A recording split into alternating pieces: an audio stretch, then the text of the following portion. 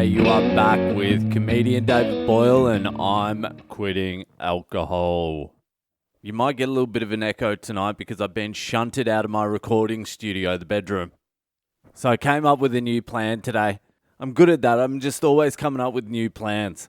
So Mondays are my fasting days.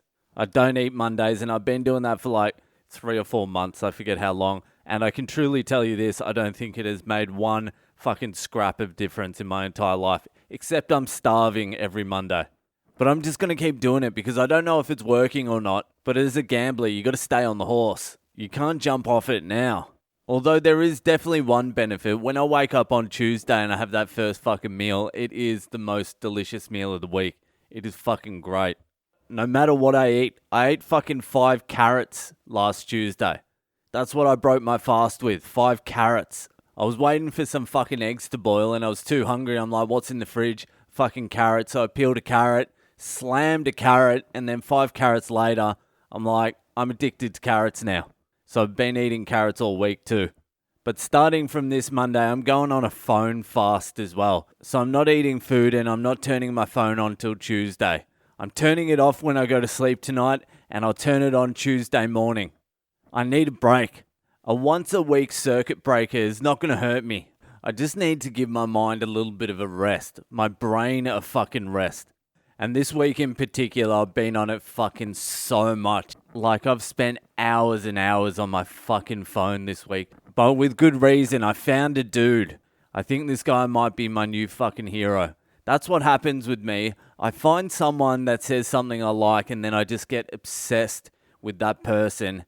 And I just devour every single word they've ever said. But I think this guy's the real deal. I think this guy could go down in history as one of the greatest minds or making one of the greatest discoveries in human history. His name's Donald Hoffman. He's a cognitive psychologist and he's come out and proven mathematically that the reality we see, that we're interacting with, that there's a 0% chance that is true reality.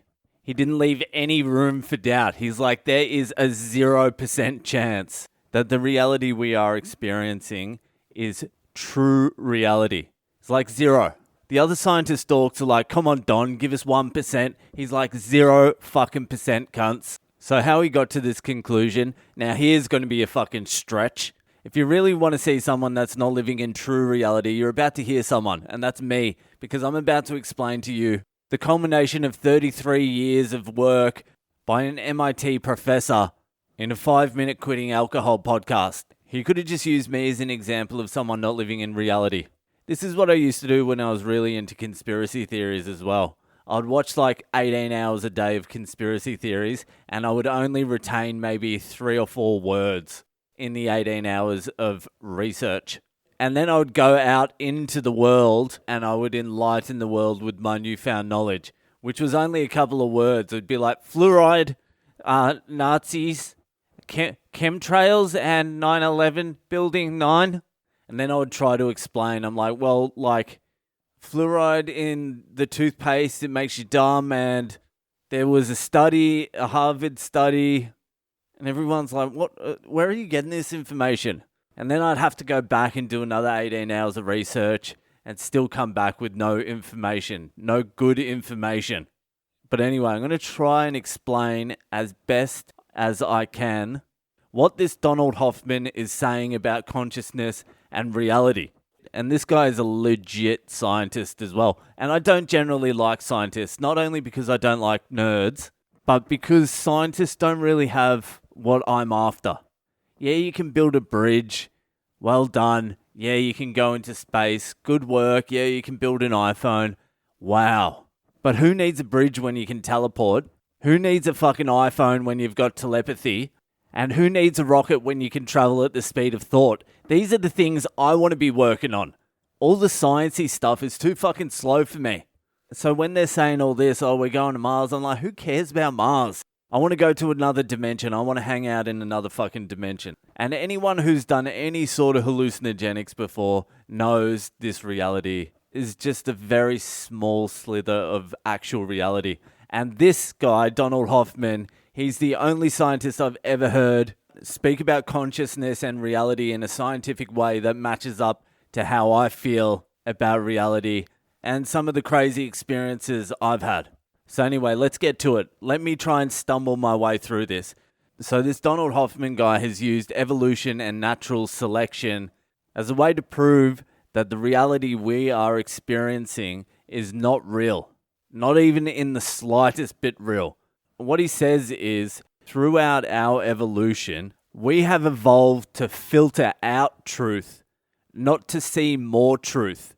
The common thought among scientists is that we evolve to see the world more truthfully. And the more truthfully you see the world, the more likely you are to survive in the world.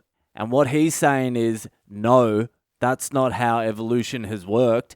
Evolution has worked to filter out the truth because it's too much to compute. And what we've evolved to detect are fitness targets. Fitness targets being, I assume, shit that's going to keep you alive and shit that's not going to kill you. And so how he proved this mathematically is there's a mathematical equation or a mathematical some bullshit. I don't know. I'm not a fucking professor. There's a mathematical equation called evolutionary game theory. And he started running simulations. Like he would run two simulations against each other. One of the simulations was geared towards seeing absolute truth inside this evolutionary game theory model. And the one it would run against would be a simulation that only detected things that would keep it alive or stop it from dying. And he ran all these simulations. I don't know how many. Let's say thousands. He ran all the simulations and not once ever did the simulation for truth beat the simulation for fitness targets. So he says this means that there's a 0% chance our reality, which we're experiencing, space-time reality, is real. He said it's absolutely zero chance. He said what we're actually living in here is some sort of interface. And everything inside this interface, which is the world, space-time, that we're living in, I'll call the world space-time. Or should I do it the other way around? Space-time is the world. So everything inside this world is just a symbol. A manageable, easy-to-digest symbol for humans to interpret. But we are not seeing the real truth behind the object, if that's how you say it. It's kind of like we are in a virtual reality here. And he doesn't say the things in this world don't exist either. He's saying they exist, just not how we see them. There is an objective reality to, let's say, an apple. But what we think of as the apple has absolutely no relationship to that objective truth of the apple. Do you understand what I mean? Because if you don't, neither do I really. He uses another example, like if you look at someone, all you really see is their hair, their face, their eyes. You see their physical body, which is a pretty analog depiction of who the person is entirely. Like you just see flesh and bone. They could be hot, they could be not. But you don't see their dreams, you don't see their hopes, you don't see what they think about, you don't see the universe inside them. You just see the flesh and bone symbol of some other objective truth of that person. All right, I'm out of this one now because I'm starting to get a little bit tangled up. I can feel myself trailing away. I'll be talking about the flat earth in about 3 minutes, but go look up this Donald Hoffman guy because he is fucking legit. And if you listen to him, he explains it a lot better than I do. If you want to listen to him, start off with his TED Talk. Just type in Donald Hoffman TED. It's like 12 minutes. He gets to the nuts and bolts of it, and then just go down the Donald Hoffman rabbit hole, where I've been for the last 4 days, and now I don't believe in anything, especially myself. All right, that's it. Phone's going off tonight. It's going back on Tuesday. So if you message me, there's going to be a little bit of a delay on the reply. Anyway, that's it for me tonight. If you're enjoying the podcast, give it a share around with your friends. Hit me up on social media. I'm Boyle Comedy on Instagram, Facebook, and Twitter, and I'll see ya the fuck later.